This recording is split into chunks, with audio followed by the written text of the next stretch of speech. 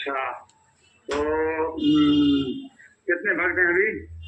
लगभग प्रभु जी 30+ हैं। अच्छा, 30+ है जी। अच्छा, तो सबको मेरी आवाज आ रही है? आवाज आ रही है पीछे तक? जी आ रही है प्रभु जी। अच्छा, तो किसी का कोई प्रश्न है, कोई शंका? जी प्रभु जी, एक माता जी ने भी प्रश्न किया है। तो है? एक माता जी ने भी प्रश्न किया है प्रभु जी। हाँ हाँ उनका प्रश्न है कि अगर हम राधा नाम का जाप करते हैं, जैसे हाँ। वो क्या नाम बताया था आपने? प्रेमानंद महाराज बोलते हैं कि राधा नाम का जाप करते हैं, जैसे हम राधा नाम का जाप हाँ। करते हैं तो कुछ गलत है क्या?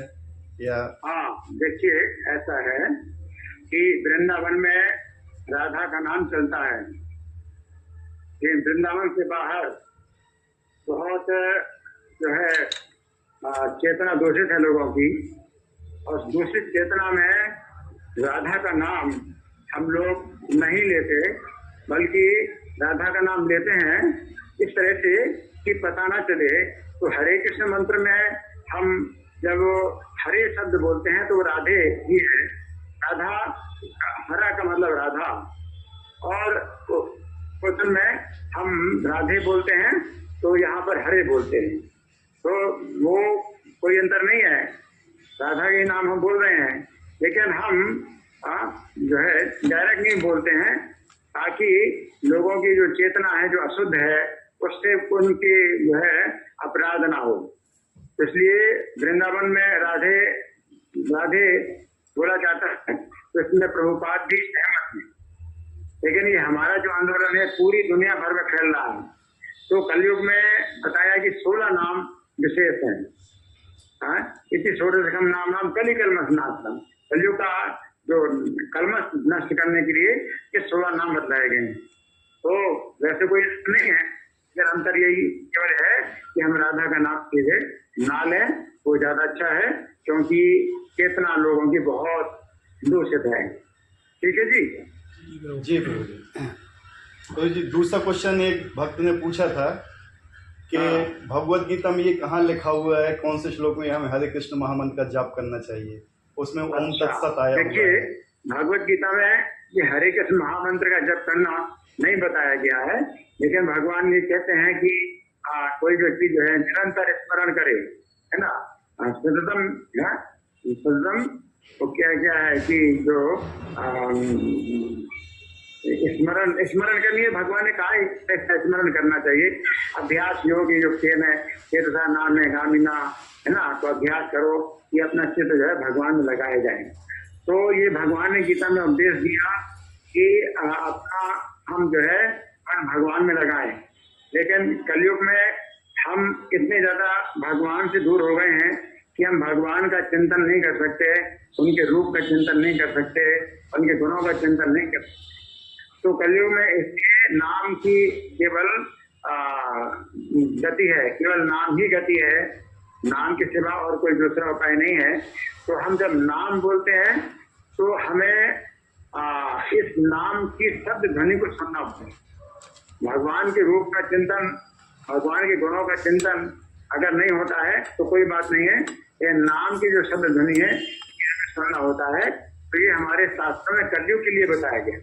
गीता में जो भगवान ने शिक्षाएं दी हैं वो कलयुग के लिए नहीं दी हैं, वो हर समय के लिए दी हैं। लेकिन कलयुग में वो गीता की शिक्षाएं संभव नहीं है। तो चैतन्य महाप्रभु ने, तो श्री कृष्ण स्वयं है, श्री कृष्ण ने शिक्षा दी कि मेरी शरण में आओ, सर्वान परिचित मां में कम शरणम रत। तो चैतन्य महाप्रभु ने जो स्वयं कृष्ण है उस शिक्षा में कुछ परिवर्तन किया। तो ये परिवर्तन स्वयं श्री कृष्ण ही कर सकते हैं, और करेगा तो फिर वो बड़ा उसमें दोष बनेगा। भगवान स्वयं अपनी शिक्षा में परिवर्तन करते हैं।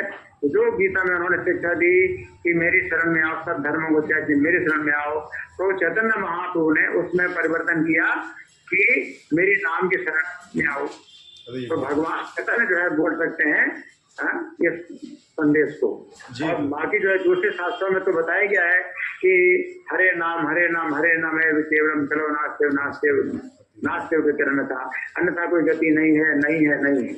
ठीक है, तो कलयुग के लिए जो दूसरे शास्त्र हैं उनमें विशेष रूप से बताया गया कि हरे कृष्ण महामंत्र का जाप करना चाहिए। तो ये जो है कलयुग के लिए विशेष रूप से है। ठीक है। हाँ, धन्यवाद प्रभु जी। प्रभु जी, आप कोई संदेश देना चाहते हैं? हाँ, तो मेरा जो संदेश है आप लोग सब सुनिए बड़े ध्यान से। मैं उसी को ही बार बार दोहराता हूँ और कुछ नया तो कुछ बताने के लिए नहीं है। रोज 10 नाम का अपराध, 10 नाम के अपराध बोलना है, क्योंकि इससे रक्षा होगी। तो आप नाम जब कर रहे हैं तो 10 नाम के अपराधों से बचना है। रोज नाम के 10 अपराध बोलिए। और जो पहला नाम का अपराध है जिसमें कहा गया है वैष्णव निंदा, तो वैष्णवों की निंदा या वैष्णवों से द्वेष 6 प्रकार से होता है। ये 6 प्रकार के वैष्णव अपराध बोलते हैं। तो वैष्णवों के 6 प्रकार के अपराध हैं, तो इनको रोज बोलना है।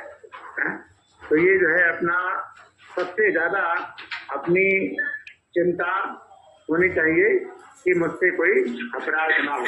जी प्रभु जी। अगर हम अपराध करते हैं तो नाम की जो शक्ति है वो खत्म हो जाती है। तो जो दूसरी संस्थाएं हैं उनमें नाम के 10 अपराधों पर विचार नहीं किया जाता, और लोग जो है नाम की महिमा का तो खूब करते हैं, नाम की महिमा का तो बहुत वर्णन करते हैं, और रामचरितमानस में भी बहुत वर्णन है। लेकिन नाम की महिमा जो है काम नहीं करती है अगर नाम का अपराध होता है। तो इसलिए हमारी संस्था में यही जो है विशेष अंतर है दूसरी संस्थाओं की तुलना में, कि हम कठोरता से 4 नियमों का पालन करते हैं। क्योंकि नाम के बल पर पाप करना हो जाता है। 4 प्रकार के पाप कर्म हम अगर करते हैं और नाम जप करते हैं और ये सोच करके कि हम पाप करते हैं, नाम में इतनी शक्ति है कि जितना कोई पापी कर भी नहीं सकता उतना एक नाम से पाप दूर हो जाते हैं। लेकिन जब नाम के बल पर हम पाप करते हैं तो फिर ये नाम का अपराध हो जाता है, और इस तरह से नाम की शक्ति खत्म हो जाती है कि नाम के द्वारा फिर पाप हमारे नष्ट नहीं होते, क्योंकि नाम अग्नि के समान है और पाप तो हमारे सूखे ईंधन की तरह है। तो जैसे अग्नि सूखे ईंधन को भस्म कर देती है, उसी प्रकार से नाम रूपी अग्नि जो है हमारे करोड़ों जन्मों के पापों के सूखे ईंधन को नष्ट कर देती है। इन अपराध क्या होता है? अपराध पानी की तरह होता है। तो अगर आपने अग्नि में पानी डाल दी तो फिर जो ईंधन है अग्नि जला नहीं पाएगी, अग्नि की शक्ति खत्म हो जाती है। इसलिए नाम की जितनी भी महिमा बताई गई है वो महिमा नहीं होती है अगर अपराध होते हैं। इसलिए एक नाम में शक्ति है, बताया गया है कि करोड़ों जन्मों के पाप नष्ट हो जाते हैं। लेकिन हमारे लिए वो नाम जो है इस प्रकार से कार्य नहीं करता। जब अपराध हो रहे हैं तो हमें नाम की संख्या अधिक से अधिक बढ़ानी पड़ती है। तो लोग फिर ऐसा सोचते हैं कि हरे कृष्ण वाले है इतना नाम क्यों जप करते हैं, नाम की तो इतनी महिमा है, एक बार नाम ले लो, हम दिन में एक बार नाम ले लें। इस तरह से लोग जो है स्वयं भ्रमित हैं तो दूसरों को भ्रमित करते हैं। अगर नाम का अपराध होता है तो एक नाम से वो जो है लाभ नहीं होता है, और नाम का जो है बिना विश्राम की लगातार हमें देना पड़ता है। इसी नाम की संख्या का हम जो है ज्यादा महत्व देते हैं कि हम कितनी अधिक से अधिक संख्या का नाम जप करें, क्योंकि नाम का अपराध हो रहा है। तो नाम के 10 अपराधों से भी बचना है और साथ साथ नाम की संख्या को भी बढ़ाना है। ठीक है जी प्रभु जी, धन्यवाद। ठीक है, हरे कृष्ण। प्रणाम करो प्रभु जी को। वांछा कल्पतरुभ्यश्च कृपा सिंधुभ्यश्च पतितानां पावनेभ्यो वैष्णवेभ्यो। परम पूज्यता में प्रभु जी की जय। जगत गुरु शील प्रभुपाद की जय। हरे कृष्ण।